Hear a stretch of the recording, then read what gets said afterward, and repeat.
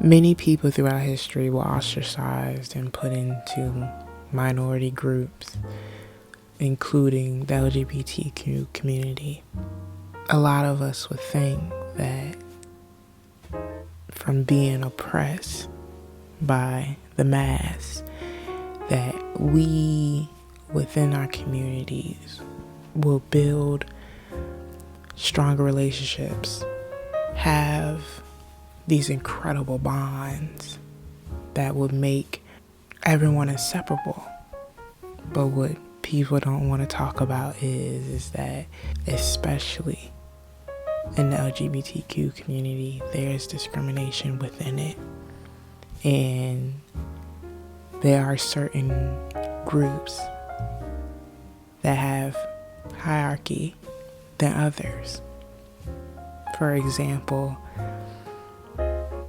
trans people feel like in a lot of senses they are on the bottom totem pole.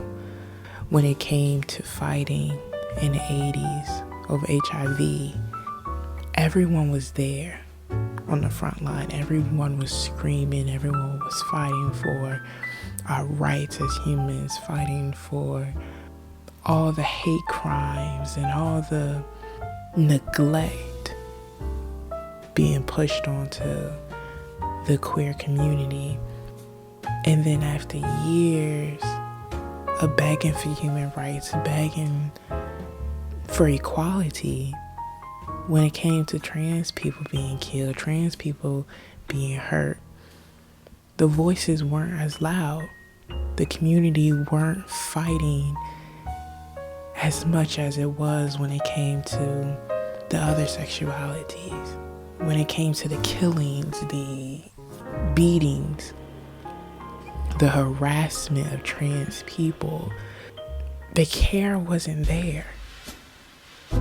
It was almost as if the T in the LGBT community was ostracized from the same group that is still being ostracized by the world, by straights, by government officials, by personal family members, and sometimes themselves. And I think one thing that bothered me so much is that growing up, there's this thing that if you don't know what box you're in, if you don't know what your sexuality is, what you identify as, there's kind of this disgust of how do you not know what you are? Why are you quote unquote wasting the people's time in the community trying to figure out where you belong, where you need to be? And if you were a person that just wanted to say, hey, I'm queer, but I don't want to put a label on it, I don't want to put a label on what I like or what I do, it's always this, let's exile them. Let's put them on the back burner. They can't be a part of our group because they don't know who they are. They're still figuring themselves out. And what gets me is that when it comes to the LGBTQ community, there's a lot of toxicity that runs through it. You would think in a lot of ways it would be very safe. It would be very arm-opening community. Anybody's let in, anybody that is questioning themselves, that needs guidance, that needs help, you can come here and find whoever you need to be within this community. And it's not that. It's quite the opposite. If you are a person that is established and is comfortable within yourself and that knows where you stand, who you are good. But if you are somebody that is still questioning, still trying to figure it out, especially people that are on the down low, rightfully so, a lot of people do not like people on the down low in the LGBTQ community. Sometimes it's dangerous. Some people that are on the down low, they are taking this label and putting it on themselves because they have no intentions of ever coming out. And that's also, I think, is the wrong message to be putting out there as a community. I think when you look at the queer community, the end result for a lot of people is to have the courage, is to get to the point in their lives where they can just come out, whether that's to their family, to their friends, to whoever. Be able to get to the point where they can live the life they want to live, right? But when it comes to DL people, it's people that are presumed straight. They date within the queer community and then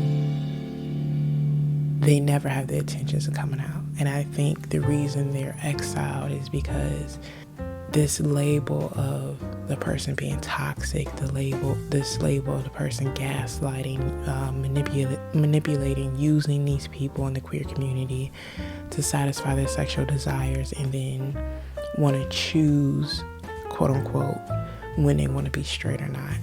And the problem is with that is that no matter what walks of life you come from, whether you're rich, poor, gay, straight, middle class, low class, not everybody's going to have the privilege and the opportunity to come out in their lifetime. There are going to be some people that will go to their graves with their sexuality in question. There are going to be some people that know that they're queer and live a straight lifestyle because of that fear of being ostracized. And so when it comes to people being on a DL, I have like this bittersweet relationship with them because it's like I completely understand why somebody will be hide behind the title of straight, but still dabble in the background. I completely understand why people come to this community for guidance, for help, for love, for support, because they can't find it in their real life support system, their community, their friends, their family, their loved ones. Imagine you're growing up around your family, around your friends, around your community, and internally you're feeling these feelings for the same sex, or you're questioning your gender. But every night at the dinner table, or you're turning on the TV and you're seeing anti-gay commercials, you're hearing homophobic slurs coming from family members, or you're going to school and your friends are saying F slurs, and then you're sitting there as a human being, as a little kid, as whatever you are, and you're wondering, I feel these things. I know I want these things. I know that when I look at the same sex as me, I get butterflies and I get happy and I want to be able to experiment that. But when I look at the TV, when I look at my family, when I look at my friends and they all say no and they all say it's bad, and then the government is saying that same-sex people can't get married. There's laws against it. There's people fighting for it. There's a disease attached to it. It all gets to a point where it's like everything gay, everything queer is associated with being something bad, with being something disgusting, unhuman. But being a queer person, we all know that it's something that we're born with. Whether if you like it or not, I think for years it's that ignorant argument of you choose to be queer, you choose to be whatever sexuality you want. But what people don't understand is if that was a choice, do you not think a lot of people would choose to be straight? Especially with homophobic families and communities. Do you really think people would choose or risk having hate crimes against them, being bullied, being called these horrible names, being accused of having a horrible disease? Do you really think somebody would choose to be oppressed and ostracized and humiliated and dehumanized when they could choose privilege? And so having that argument over those years really just baffles me as a person, that people really walk this earth thinking that people just choose to wake up and like the same sex and experiment and go through these horrible self-doubt periods and become self-deprecative because they chose that. But what I don't understand about the queer community is that we all know that we all have our own battles and we fight our own situations. And some are luckier than others when it comes to having support systems and having people that love them and having an acceptance, family or friends or a friend group. But even with each and every single individual story, we still look at our fellow brothers and sisters and discriminate. There's this discrimination against bisexuals, against pansexuals, and for a long time, these two groups were always talked down upon because it was like, oh, if you're bisexual, you're half straight, quote unquote, half straight, or you can choose when to be straight, or bisexuality is a stepping stone to what you want to be. So bisexuals aren't even a real thing. Pansexuals aren't even a real thing because this is just a term to get people to what they are. A lot of times, bisexuals will hate people that will use that term as stepping stones because it would minimize them as a whole, as a group. What I don't like about trans people is that they are so unseen. They are so unseen. And what gets me about it is if you're not quote unquote passing, and what I mean by passing, like if your surgery or if your procedures or if you don't catch your transitioning in quote unquote time, then you are treated differently as those that don't transition as quote unquote smoothly. I absolutely hate that when people transition and they would say, look completely as their new gender.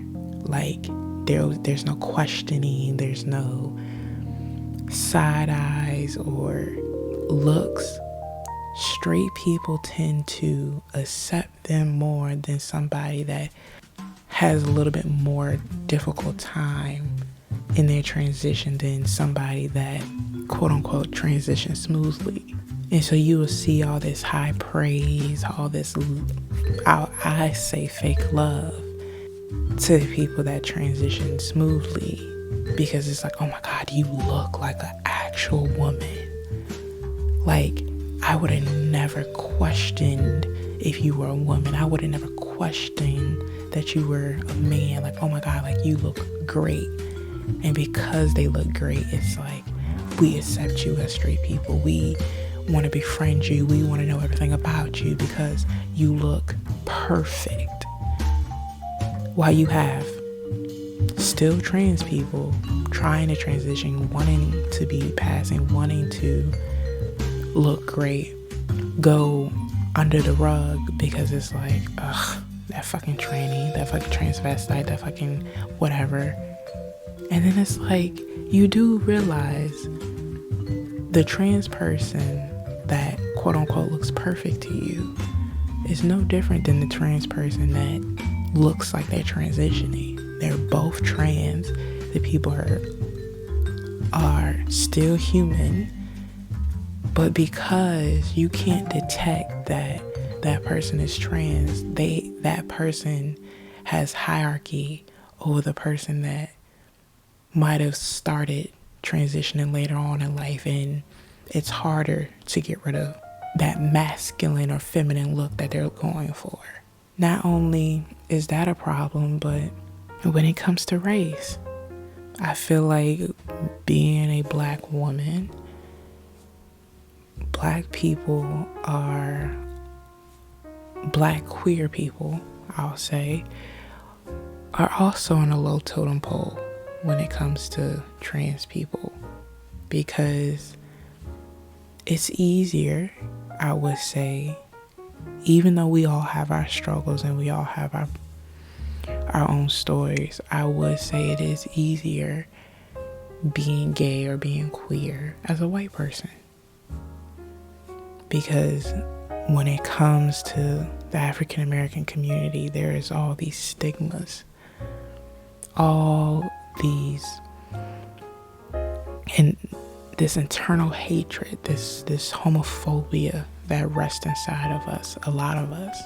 And I do think it's harder to live your life as a queer or gay person when it comes to being African American. It's a lot more hiding, it's a lot more not trying to come out, not trying to be in the spotlight, not trying to be seen. I feel like a lot of queer black people are willing to not be themselves more than it comes to a white gay person because of that fear, of that ostracization, of that discrimination within our community as a whole.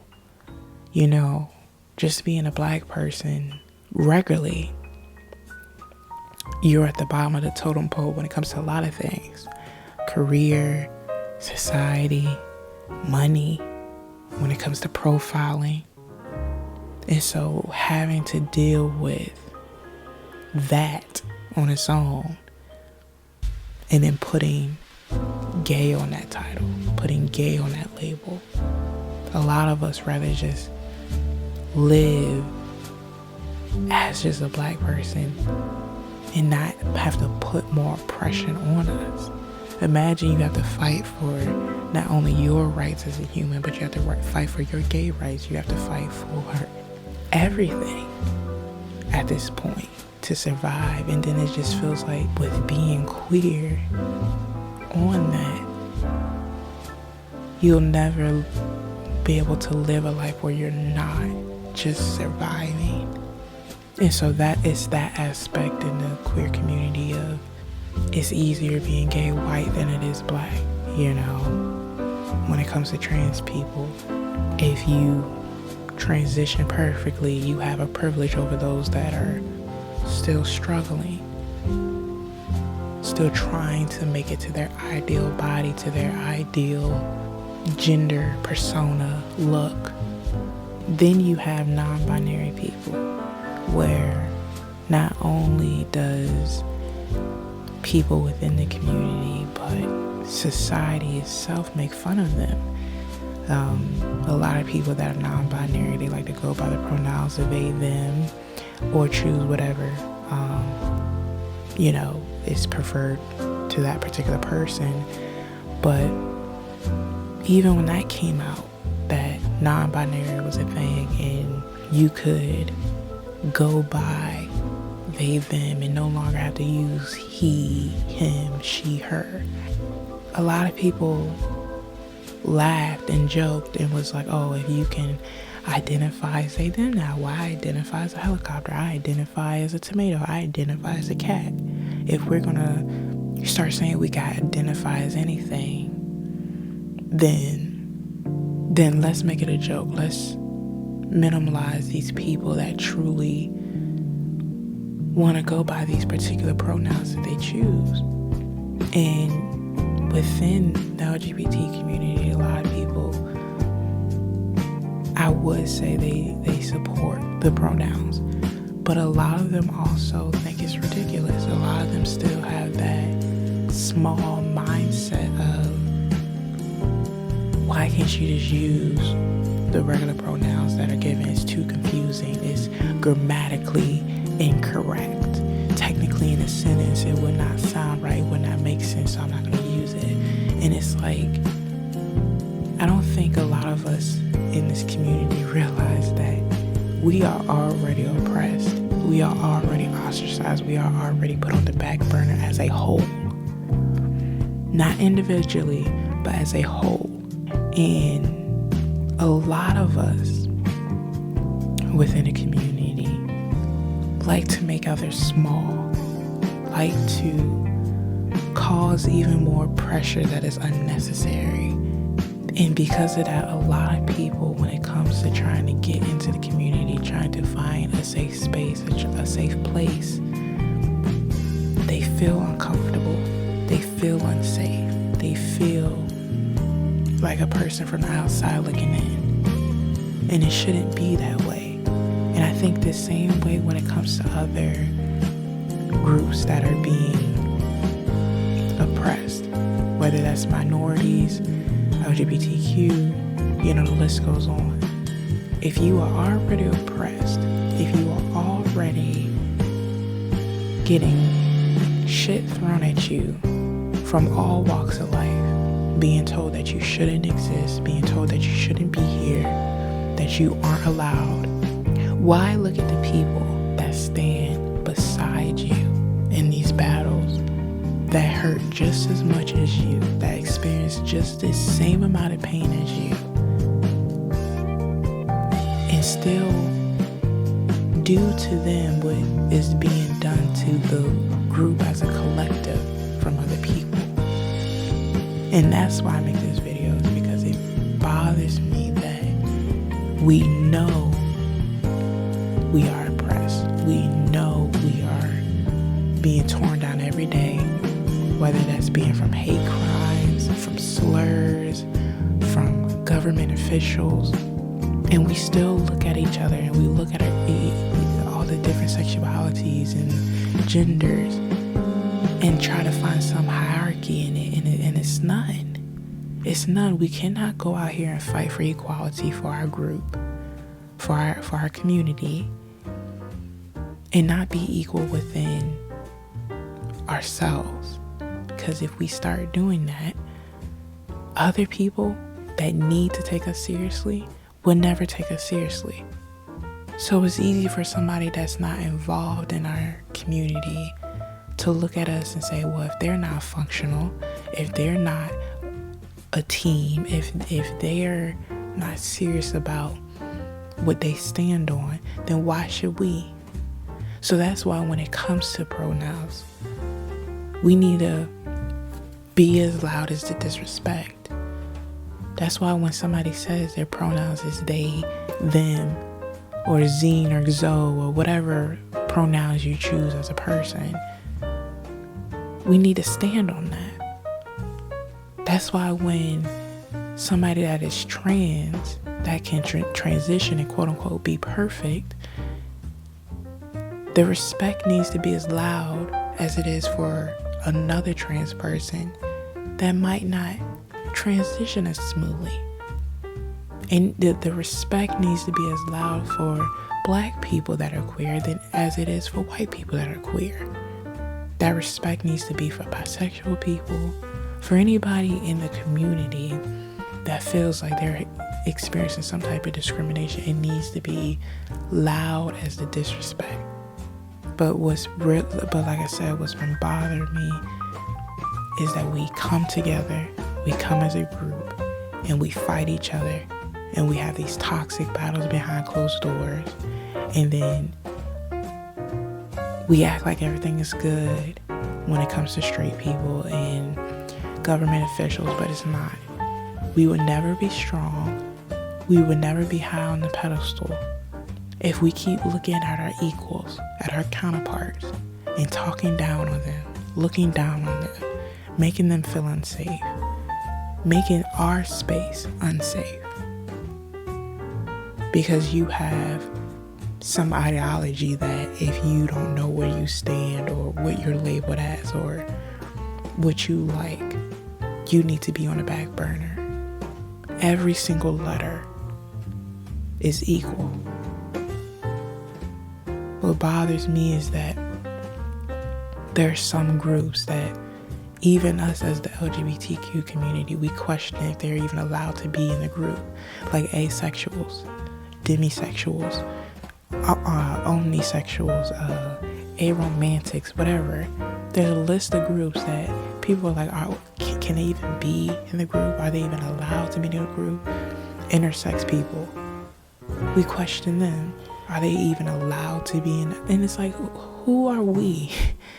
Who are we to discriminate against when we are the ones being discriminated? And for years, I've been on the sidelines watching the LGBT community trying to decide and figure out who is valid when it comes to being a part of the community, who is valid when it comes to being a part of the team. And it's like, we all need somebody. And even if you don't think we're on the highest scale of queerness, we're queer at the end of the day. No matter if you agree to it or not, we're queer at the end of the day, and we need to fight for everybody that is labeled as queer or in the community, because it's important. And I know there's going to be a lot of people that is not going to like this message. I know there's going to be a lot of people angry and calling me a whole bunch of names, but I do not care, because I know that it's true. Being a part of the community and experiencing it for the last couple of years is toxic. There's some bad people. And there's been times where I have felt unsafe in the community. I have felt unseen. I have felt unheard. And so you can't sit there and say that it doesn't happen, and that it isn't happening, and that people aren't accepted and people aren't overlooked, because it is. And I know there's millions and thousands of others, people that feel the exact same way as me. But we as a community have to realize we have something special when it comes to being queer, when it comes to being gay.